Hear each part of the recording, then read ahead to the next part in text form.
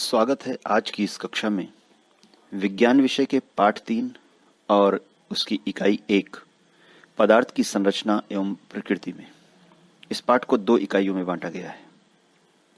इस इकाई में हम जानेंगे पदार्थ क्या है, पदार्थ के निर्माण की मौलिक इकाई क्या है, पदार्थ की अवस्थाएं, पदार्थ की आणविक संरचना, तत्व एवं यौगिक।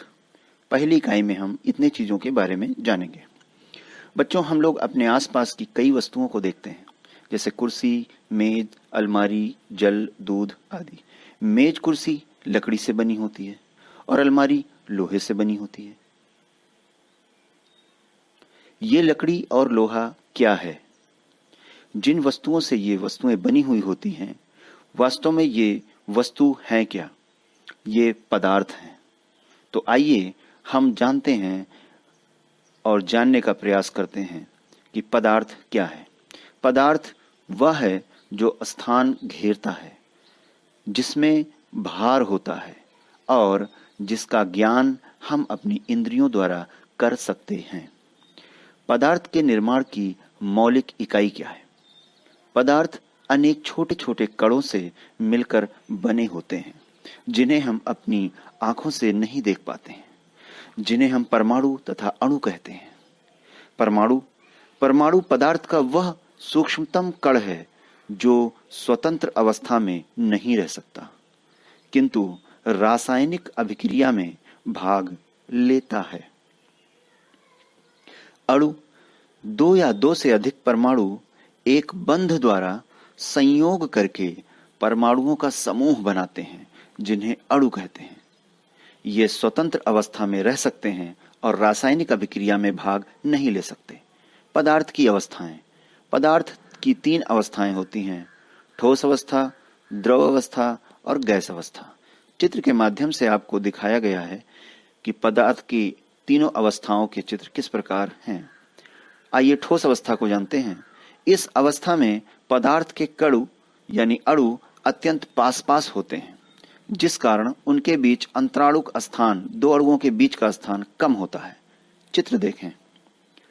द्रव अवस्था में चित्र के माध्यम से आपको बताया जा रहा है, इस अवस्था में पदार्थ के कण ठोस की अपेक्षा दूर होते हैं, जिस कारण उनके बीच अंतराणुक स्थान ठोस की अपेक्षा अधिक होता है।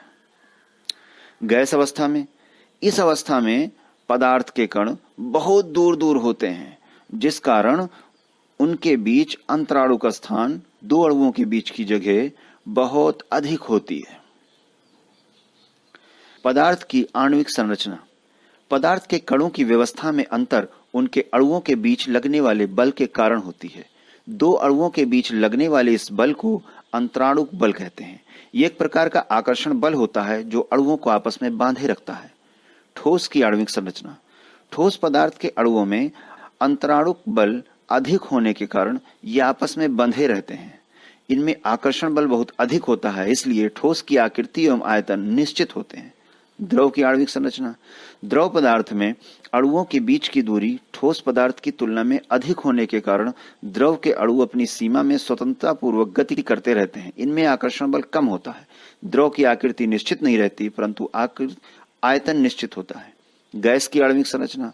गैस पदार्थ में अणुओं के बीच की दूरी ठोस व द्रव पदार्थ की तुलना में बहुत अधिक होती है। इसमें आकर्षण बल न के बराबर होता है।